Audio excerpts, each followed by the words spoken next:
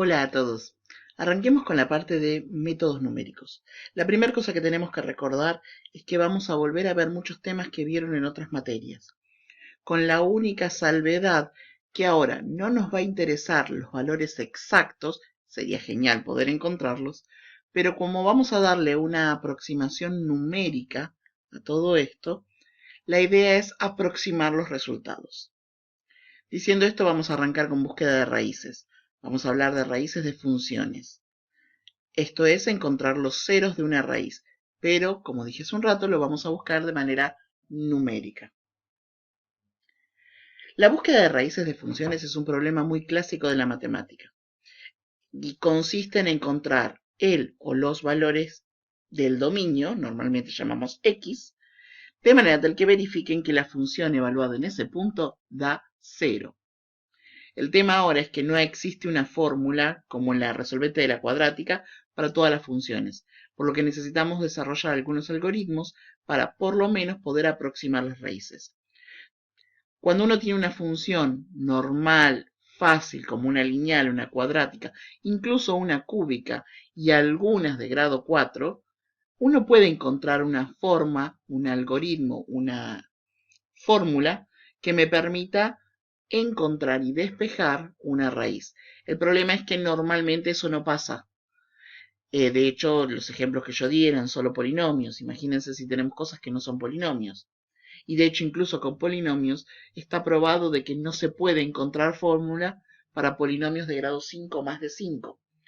Así que imagínense que la gran mayoría de las funciones con las que trabajamos no tienen una fórmula de manera tal que me permita calcular cuál es la raíz de una función, o siquiera si tiene o no raíz. Entonces lo que vamos a hacer es buscar métodos, nosotros vamos a ver 3 métodos, que lo que me va a permitir es aproximar esas raíces. Para comenzar vamos a necesitar definir algunas ideas, algunos conceptos y algunos parámetros. Lo primero de lo que vamos a hablar es la precisión o la tolerancia, que nos dice cuánto le podemos pifiar, dicho en criollo. Sería cuál es el error que nos permitimos en el algoritmo. Nosotros nos encantaría encontrar un punto C, por ejemplo, que haga que la función dé 0, pero como nosotros estamos buscando numéricamente, a lo mejor nunca encontramos ese 0. Lo que sí vamos a encontrar es ese 0 más menos algún margen. Ese margen, esa precisión o tolerancia, es lo que en este caso llamamos epsilon, que es la precisión o la tolerancia de cuál es el error que nos estamos permitiendo. Es decir, que este epsilon, que tiene que ser un número positivo, lo más chiquitito posible siempre, vamos a decir que encontramos la raíz si el módulo o el valor absoluto de f evaluada en este punto C es más chico que este epsilon mayor que 0. Nuevamente, epsilon es un número muy chiquito. El otro concepto que vamos a tener que ver y que vamos a necesitar en la mayoría de los métodos, aunque no en todos, es algo que se puede llamar condición de parada. Esto pasa cuando, por algún motivo, vamos a ir viendo ejemplos más adelante, pero por algún motivo nunca llego a este C que hace que f de C en valor absoluto sea menor que el epsilon. Sea porque la función no tenía raíces o porque de alguna forma el algoritmo falló. Por esto necesitamos cortar de alguna forma esta búsqueda de raíces. Si después de una cierta cantidad de intentos no lo encontramos, es como tirar la toalla y decir, bueno, no podemos encontrarlo. Entonces ahí veremos por otros métodos si tiene raíces, si no, y si tenemos que ajustar nuestro algoritmo.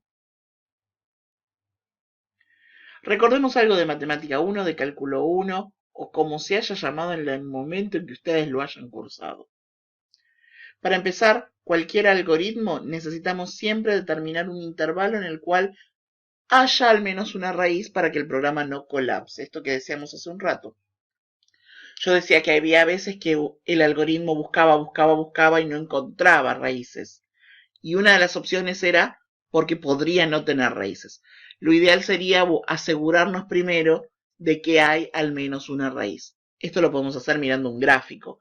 Y MATLAB u Octave nos pueden hacer un gráfico aproximado y uno podría más o menos darse cuenta de que tiene o no tiene una raíz.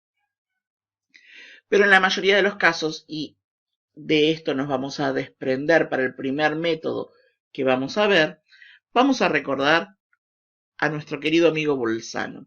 Y recordemos el teorema de Bolzano.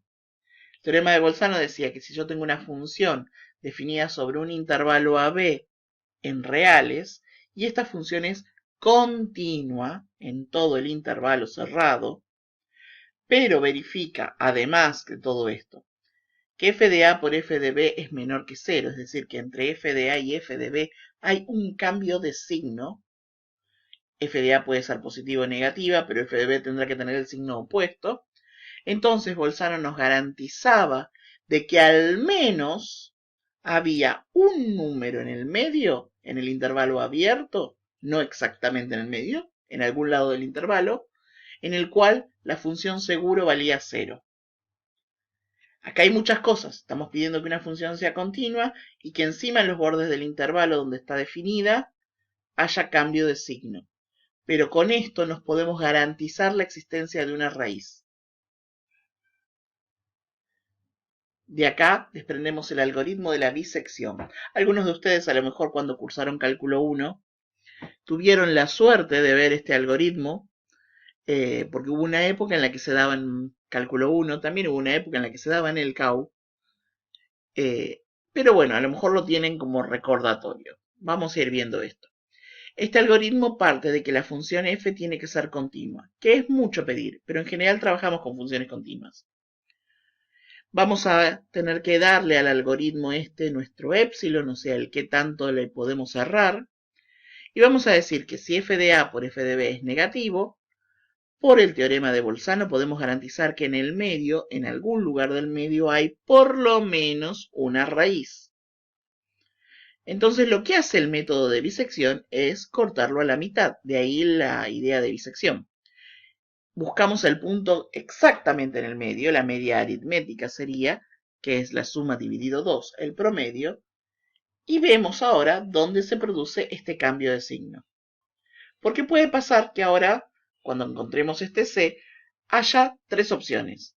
Puede ser que justo el C sea la raíz que estamos buscando, numéricamente nuevamente lo estoy diciendo, es decir, que f de C en valor absoluto en el módulo me dé menor que el épsilon, en cuyo caso todo termina, el algoritmo termina y encontramos la raíz aproximada que queremos.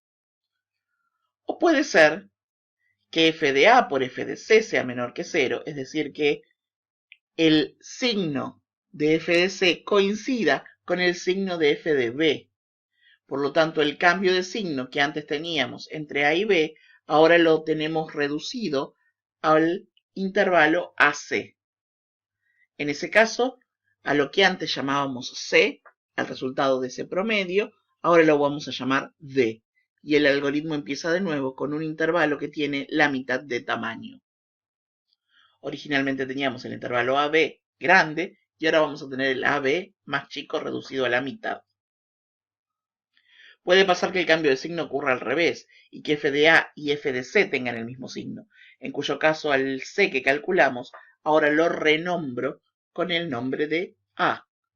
Y nuevamente tengo un nuevo intervalo en donde se produce el cambio de signo y el proceso vuelve a comenzar. Después de una cierta cantidad de iteraciones, la convergencia de este método está garantizada por Bolzano. Siempre vamos reduciendo a la mitad del intervalo y en algún momento dado, como vamos reduciendo a la mitad, siempre llegamos. Esto quiere decir que este método converge globalmente. Cuando hablamos de la convergencia y la razón de convergencia, que en este caso es lineal de razón un medio, quiere decir, coloquialmente hablando y como para que tengamos la idea en la cabeza, que la velocidad con la que accedemos o con la que llegamos a la raíz viene a ser algo así como la velocidad de una función lineal de pendiente un medio. Podemos imaginárnoslo de esa manera para visualizarlo en nuestras cabezas. Lo más fuerte de este método es que siempre converge. Este algoritmo no requiere la condición de parada, porque si nos aseguramos nosotros que las condiciones iniciales se cumplen, es decir, que tenemos un intervalo en donde f de a y f de b tienen signos diferentes y la función es continua, garantizamos la convergencia global. No importa el tamaño del intervalo. Y este es el pseudocódigo. Cuando uno habla de un pseudocódigo quiere decir algo como un más o menos código. No se puede tipear tal cual como está porque está escrito en una especie de mezcla, una especie de híbrido entre el código que nosotros escribiríamos en MATLAB o en Octave y el procedimiento general y dibujitos o algo así. Es dar una idea. Como entrada tenemos que ingresar la función f, los extremos del intervalo y la tolerancia.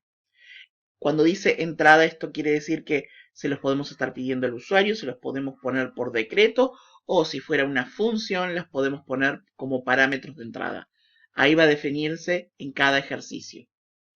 Luego vamos a hacer el cálculo del promedio, del C, y después vamos a decir que mientras el valor absoluto sea mayor que el épsilon, fíjense que en este caso no sabemos cuántas veces tenemos que repetir el procedimiento, por lo tanto vamos a tener que usar un ciclo while.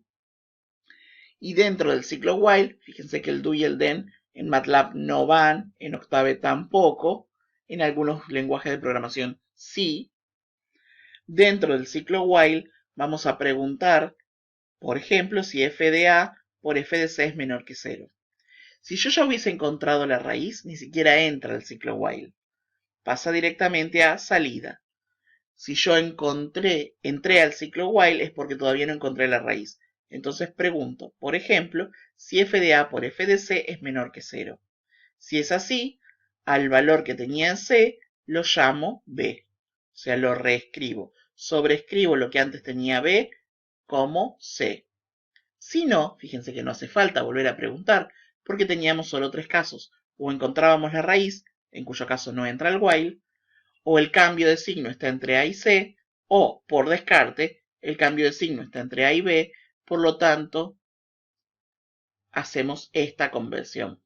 Y en lo que antes se llamaba A, ahora lo llamo, perdón, a lo que antes llamábamos C, ahora lo llamo A. Es decir, tapo el viejo valor de A. Acá termina el sí, y acá vuelvo a calcular el C. Esto es recontra importante porque si no tenemos una estufa. Si yo no vuelvo a calcular el C, siempre estoy preguntando por el C que calculé fuera del ciclo.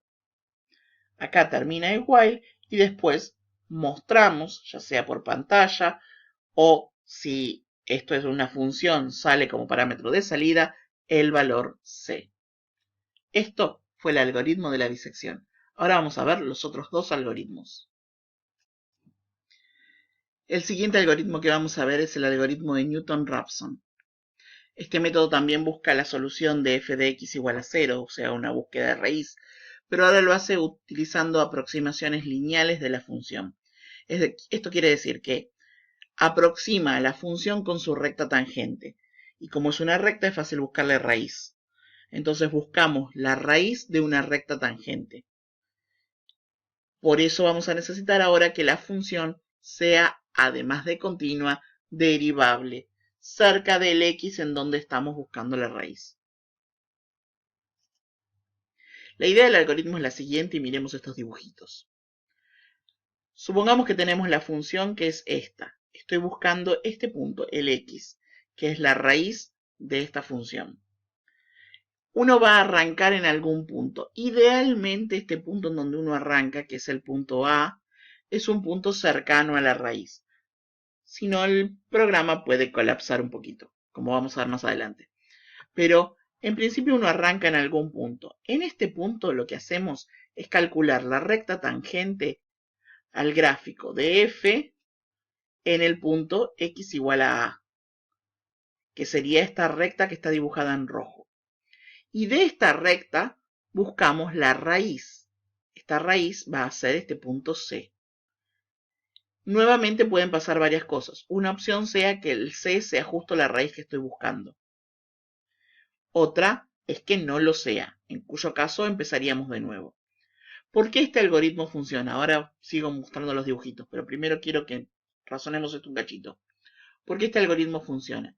Si el punto A está lo suficientemente cerca de X, recuerden que cerca del punto de tangencia, la recta, una recta tangente, no cualquier recta, aproxima bastante bien a la función cerca de ese punto. Entonces, si el punto A está lo suficientemente cercano de la raíz, entonces la recta tangente va a ser una muy buena aproximación de f. Por lo tanto, la raíz de la recta tangente va a ser una buena aproximación de la raíz de f. Si no estamos tan cerca o el c no es lo suficientemente cercano a la raíz que estoy buscando, entonces tengo que empezar de nuevo. Y este nuevo c va a ser mi nuevo a. Buscamos de nuevo la recta tangente al punto C, a la gráfica de f, en este nuevo punto, y buscamos la raíz. Eso me va a dar este nuevo valor de C, y nuevamente puede ser que sea el que encontré o que tengamos que buscar otro. Formalizando un poco. Si la función es continua en un intervalo cerrado, y vamos a imaginar que es derivable en el abierto, y la función pertenece a ese intervalo, sabemos que la recta tangente, que se acuerdan todos seguro, tiene esta estructura. Esta sería la recta tangente evaluada en el punto C, derivada en el punto de tangencia por x menos el punto de tangencia, x menos a, más f de a. Ahora, cuando la evalúo en C, me queda esto. Pensemos que C es la raíz. Por lo tanto, o es el candidato a ser la raíz. Por lo tanto, la i tiene que valer 0. Si este c fuese la raíz. Por lo tanto, con esta idea, despejamos c. Si esto vale 0, el f de a lo mandamos restando, la derivada dividiendo y el menos a sumando. Nos queda esto. Ojo, acá hay una contra además de que estamos dividiendo por la derivada. O sea que no solo esta función tiene que ser derivable, sino que además tenemos que tener la suerte de que la derivada no se anule. En este caso, si f de c en valor absoluto es menor que el épsilon, nos detenemos. Y si no, calculamos la recta tangente en este nuevo punto y volvemos a repetir el procedimiento. La convergencia de este método es abierto. Esto quiere decir que la convergencia global no está asegurada. Puede pasar, es lo que significa esto, que nunca nos acerquemos a la raíz. Por lo que en este caso la condición de parada, no solo la tolerancia, es muy importante. Necesitamos asegurarnos además que el programa no colapse. Para que el programa no colapse, lo ideal, como dije hace un ratito, es que el punto en el cual nosotros arranquemos ese A está cerca del punto en donde estamos calculando. Si uno sabe más o menos por dónde anda la raíz y arrancamos por un punto cercano a eso, el programa converge muy rápido. Fíjense que la raíz de convergencia es de orden cuadrático. Es decir, muchísimo más rápido que el anterior, que era de orden lineal, y encima sería de razón un medio, que era algo así como un pendiente un medio. Este además es cuadrático, lo cual hace que sea muy rápido si arrancamos en algún punto lo suficientemente cerca y cumple con los requisitos. Algunos problemas que pueden surgir. Por ejemplo, que la función no tenga raíces, en cuyo caso estamos dándole vuelta al asunto y nunca encontramos raíces. En el caso anterior, en el caso de bisección, partíamos de un intervalo en donde ya sabíamos que había una raíz. Acá estaría bueno que la tenga. Si no, podemos estar dando vueltas. Acá hay un ejemplo de 2 casos nada más. Pero podríamos estar dando vueltas mucho más tiempo sin llegar a nada. Este es un caso más peligroso. Puede estar oscilando en 2 tiempos o más y que siempre estemos llegando a los mismos valores de C. Por ejemplo, supongamos que arrancamos en este punto. Calculo la recta tangente y su raíz. Me da este. Con este calculo la recta tangente y su raíz. Y me vuelve a dar el punto inicial. Vamos a estar en una especie de loop en donde vamos a ir alternando entre estos dos puntos. A veces uno alterna entre dos, a veces alterna entre más, pero siempre termina volviendo al punto de inicio, en estos casos. Y eso puede ser un problema, porque en realidad no nos estamos acercando. Estamos solamente oscilando entre 2, 3, 4 o 5 valores, pero no estamos realmente acercándonos. Este es uno de los problemas que tiene el algoritmo de Newton-Raphson. Acá hay otro ejemplo en donde vamos a ir oscilando también entre distintos valores y encima tiene dos raíces, o sea, no estamos encontrando ninguna de las dos en este caso. Incluso podría pasar, dependiendo del crecimiento, de cómo sea el crecimiento de la función, que diverja directamente, porque en cada oscilación, en cada vuelta del algoritmo, en lugar de estar acercándonos a la raíz, nos estaríamos alejando de la raíz. Eso también puede ser un problema. Sin embargo, y antes de volver al pseudocódigo, uno diría, bueno, con tantos problemas que pueden presentarse, ¿por qué vale la pena? Porque si uno lo hace bien y la función cumple con todos estos requisitos, la convergencia es tremendamente rápido. Y en programas grandes con muchos valores y muchos datos, el tiempo importa y mucho. Ahora sí, veamos el pseudocódigo. Nuevamente ponemos como valores de entrada la función f, ahora un solo punto del intervalo, desde donde arrancamos, la tolerancia a epsilon y, a diferencia del caso anterior, del caso de bisección, necesitamos la condición de parada, es decir, la cantidad máxima de iteraciones que nos vamos a permitir. Calculamos el c, después la idea es más o menos la misma. Calculamos el c, como ahora tenemos que ir contando cuántas veces hacemos las iteraciones para asegurarnos de que no nos pasamos de n, habilitamos además un contador, que en este caso se llama iter, se puede llamar de la forma que quieran, y nuevamente decimos, mientras el valor absoluto de f de c sea mayor que el epsilon que estamos buscando, y además tiene que pasar que la cantidad de iteraciones sea menor que el tope, si se verifican estas dos cosas, uno va a decir que el c que calculé antes ahora lo llamo a, calculamos el nuevo c. Sumamos 1 a la cantidad de iteraciones y volvemos a arrancar. Acá hay que hacer una salvedad de un pequeñísimo error o no error en cuanto a la salida de los datos.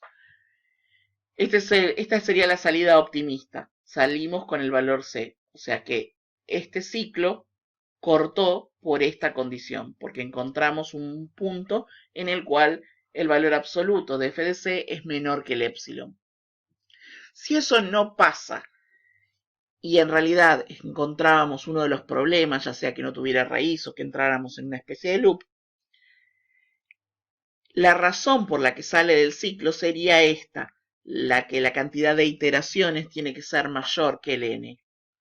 En cuyo caso, en realidad, para hacerlo bien bonito, la salida no necesariamente es el valor c, sino que acá deberíamos poner algún condicional, un if, por ejemplo, preguntando en realidad cuál fue la razón por la cual salió. Si salió porque el valor absoluto de f de c es menor que el epsilon, entonces sí devuelvo el valor c. Si no, si salió porque la cantidad de iteraciones excede el valor tope que le habíamos puesto, en ese caso tenemos que sacar un mensaje de error o algún valor que represente que no encontramos la raíz que estábamos buscando. Esto fue el método de Newton-Raphson y nos quedan un método más. Y ahora mismo ya arrancamos. Y ahora sí veamos el último de los algoritmos que vamos a ver hoy, que es el algoritmo de la secante. El algoritmo de Newton-Raphson tiene un problema, y es que cuando tenemos que evaluar f de a dividido f' de a, se hace muchas veces y en general no es sencillo. Cuando uno dice no es sencillo es porque implica el cálculo de la derivada. Y a veces las derivadas pueden complicarse, como bien sabemos, todos nosotros que hemos pasado por materias en donde teníamos que derivar a mano. En general uno trata de evitar ese tipo de cosas, porque si bien es muy bueno, es muy rápido, el cálculo de las derivadas sucesivas o en este caso solo la de primer orden, pero podría ser de órdenes siguientes, se hace más engorroso computacionalmente hablando. Entonces uno va a tratar de evitar eso porque además exigirle a una función que sea derivable es exigirle mucho. El algoritmo de la secante es como que vuelve un paso para atrás, no tanto como para llegar al algoritmo de la bisección, pero sí no exige tanto como el algoritmo de Newton-Raphson. Es muy parecido a este, sin embargo, evitamos el cálculo de la derivada de la función, porque vamos a trabajar en lugar de con rectas tangentes, con rectas secantes, de ahí el nombre. La idea es que, al igual que en el algoritmo de la bisección, empezamos con un intervalo. No necesariamente en el intervalo requerimos que las dos funciones tengan signos diferentes, pero sí es altamente recomendable. En este caso arrancamos con el intervalo x0, x1 y estamos buscando, por supuesto, esta raíz de esta función. La idea es buscar la recta que pasa por x0, f de x0, x1, f de x1. Es decir, esta recta. Y ahí nos quedamos con la raíz de esta recta. Vuelvo hace un rato. Si se acuerdan la definición que seguro todos están recontra acordando, la definición del cociente incremental, de la derivada en sí, era el límite del cociente incremental. Y en el cociente incremental hacíamos exactamente esto. Calculábamos las rectas secantes con la única salvedad es que lo que hacíamos era que x1 tendiera a x0. Lo hacíamos acercarse, achicando tanto el intervalo que la recta secante terminaba siendo la recta tangente. El tema es que ahora lo vamos a hacer con rectas secantes de verdad. Tenemos un intervalo, entonces, nuevamente lo ideal sería que estuviera relativamente cerca de la raíz que estamos buscando. Y buscamos el intervalo, entonces, x0, x1 y buscamos esta raíz. La raíz de la recta que pasa por x0, f de x0, por x1, f de x1. Una vez que encontramos esta, nos quedamos con un intervalo más chico, igual que en el caso del algoritmo de la bisección. Vuela el más viejo de todos, en este caso sería x1, x0, perdón, y nos quedamos ahora con el intervalo x1, x2. Nuevamente vamos a buscar la recta que pasa por x1, f de x1, x2, f de x2, y vamos a buscar su raíz. En este caso nos da x3. Y ahora volamos el más viejo, que sería x1, y nos quedamos con el intervalo x2, x3. Y esto vuelve a empezar. Buscamos la raíz y nos quedamos con el x4, y así sucesivamente. Sea f entonces la función continua en R o en general se pide en R completa y un intervalo AB. ¿Por qué pedimos que sea en R completa? Porque el punto que calculamos, la raíz de la recta secante, puede caer fuera del intervalo AB. La recta que pasa por f de A en realidad sería por x0 f de x0 o A f de xa y B f de xb es esta. Y igual, nuevamente, la resta de los y es dividido la resta de los x, eso me da la pendiente. Lo mismo que hicimos antes, por x menos x0, que en este caso es a, más f de a.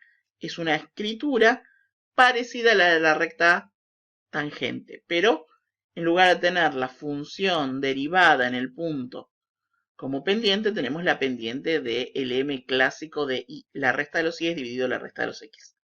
Como buscamos la raíz, la y se reemplaza por 0 y se despeja el c. Nos queda esta expresión. Y nuevamente tenemos dos casos. El caso en el que c sea la raíz que buscamos, o sea que f de c sea menor que el épsilon. Y si no, tenemos que cambiar los nombres de las cosas. Al a lo volamos, por ejemplo, lo que era b lo llamamos f de a, lo llamamos a, y a lo que era c lo llamamos b. La convergencia de este método es un método intermedio. En el caso de la convergencia global, es más parecida al método de Newton. No está garantizada.